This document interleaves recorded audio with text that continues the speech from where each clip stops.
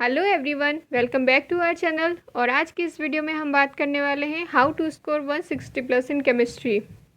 अगर आप लोग 11th में हैं, 12th में हैं या फिर आप फ्रेशर हैं और आप फर्स्ट अटैम्प्ट में ही नीट क्लियर करना चाहते हैं तो मेरी ये कुछ बातें, आप कुछ टिप्स आप इनको फॉलो करें और डेफिनेटली आपका फर्स्ट अटैम्प्ट में ही हो जाएगा अगर आप पूरी तरीके से इन्हें फॉलो करेंगे तब। देखो, जो बातें मैं आप लोगों को बताने वाली हूँ वो एक नीट क्रैक किए हुए स्टूडेंट को काफ़ी टाइम लग जाता है समझने में। 2 या 3 साल के बाद अगर वो नीट क्रैक करता है तब उसको काफ़ी टाइम लग जाता है ये समझने में कि किस तरह से हमें क्या करना है, स्ट्रेटेजी क्या रखनी चाहिए हर एक सब्जेक्ट की अलग अलग। देखो, यहाँ पर बायो में तो सभी लोग स्ट्रेटेजीज बताते रहते हैं और फॉलो भी कर लेते हैं बिकॉज बायो इंटरेस्टिंग होता है, सभी के लिए इंटरेस्टिंग होता है। बट केमिस्ट्री पे कोई इतना ज़्यादा फोकस नहीं करता, इसीलिए उनको 1 2 3 ऐसे ड्रॉप ले लेते हैं, वो लोग ऐसे ड्रॉप लग जाते हैं नीट क्रैक करने के लिए। बट अगर हम स्टार्टिंग में ही केमिस्ट्री पे भी इक्वल अटेंशन दें तब हम इजीली क्रैक कर पाएंगे फर्स्ट अटैम्प्ट में। ऐसा कुछ नहीं है कि हम फर्स्ट में क्रैक नहीं कर सकते ये सब। तो सिर्फ कुछ बेसिक चीज़ों को याद रख के, कुछ बेसिक स्टेप्स को हम फॉलो करके ही अपना अच्छा खासा स्कोर कर सकते हैं केमिस्ट्री में भी। और आप किसी भी टॉपर की, नीट के टॉपर की वीडियो में भी देख सकते हैं तो आपको यही स्टेप वो फॉलो करे हुए मिलेंगे। लास्ट में उन्होंने यही स्टेप फॉलो किए होंगे किसी में केमिस्ट्री में, तभी वो अच्छा स्कोर कर पाए हैं। ये नहीं है कि आपका सिर्फ बायो से ही सिलेक्शन हो जाएगा या फिज़िक्स अच्छी करने से आपका सिलेक्शन हो जाएगा। केमिस्ट्री का इक्वल वेटेज है, फिज़िक्स और केमिस्ट्री का दोनों का इक्वल वेटेज है, तो आपको दोनों पे अटेंशन अपनी करनी होगी इक्वल। तो आइए देखते हैं 160 प्लस स्कोर करने के लिए हमें किन किन स्टेप्स को फॉलो करना है। तो देखो, बायो की एनसीईआरटी तो सभी बहुत अच्छे से पढ़ते हैं, सबको पता है कि बायो की एनसीईआरटी पढ़नी है और सभी बहुत अच्छे से रटते हैं उसको, एक टाइप से रटते हैं, समझते हैं, जैसे भी करते हैं वो कर लेते हैं।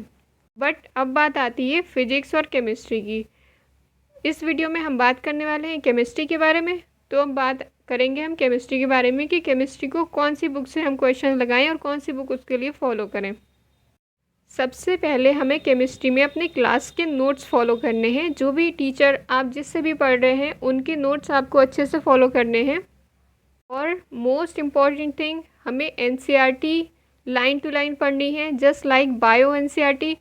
जैसे हम बायो में पढ़ते हैं उसी तरह हमें केमिस्ट्री में भी एनसीईआरटी लाइन टू लाइन पढ़नी है। अगर आप ये देखना चाहते हो कि केमिस्ट्री में एनसीईआरटी में से कितना आता है तब आप प्रीवियस ईयर क्वेश्चंस को एनालिसिस कर सकते हो। मैंने किया हुआ है इसलिए मैं आपको बता रही हूँ, लाइन टू लाइन आता है केमिस्ट्री में। आपके बिल्कुल गलत नहीं होंगे क्वेश्चन, आपके एक्यूरेट बहुत अच्छे से कर पाएंगे आप वहाँ पर एग्ज़ाम हॉल में। एक्यूरेसी आपकी 100% हो सकती है अगर आप एनसीईआरटी से लाइन टू लाइन उसी तरह पढ़ें जैसे हम बायो में पढ़ते हैं।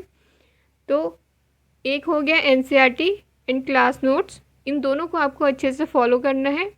अब हम एक रेफरेंस के लिए कोई और बुक पढ़ सकते हैं। देखो, केमिस्ट्री में इनऑर्गेनिक फुल एनसीईआरटी से आता है, ऑर्गेनिक भी अब एनसीईआरटी से ही आता है, पूरा ऑर्गेनिक भी एनसीईआरटी से ही आता है।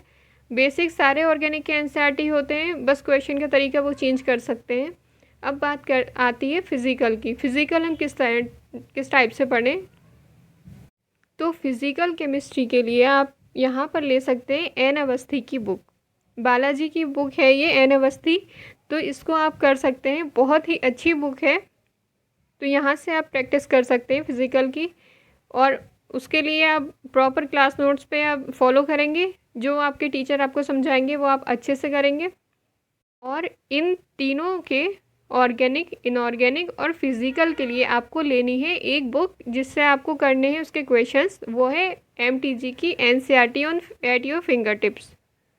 बहुत ही अच्छी बुक है, ट्रस्ट करिए आप, बहुत ही अच्छी बुक है और आप इसे परचेज़ कर ही लो बिकॉज़ बहुत यूज़फुल रहता है ये।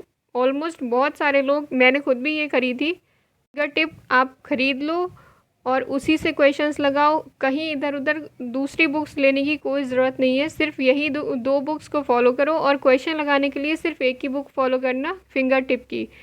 ओके।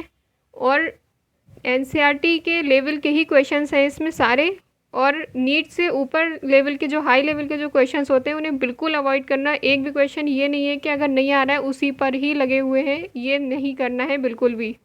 इसी बुक को फॉलो करो और कंप्लीट कर लो, फिर 2-3 बार इसी बुक को रिपीट करना है और कंटिन्यूसली कंसिस्टेंसी अपनी प्रॉपर रखनी है क्वेश्चंस को लेकर, प्रैक्टिस को लेकर।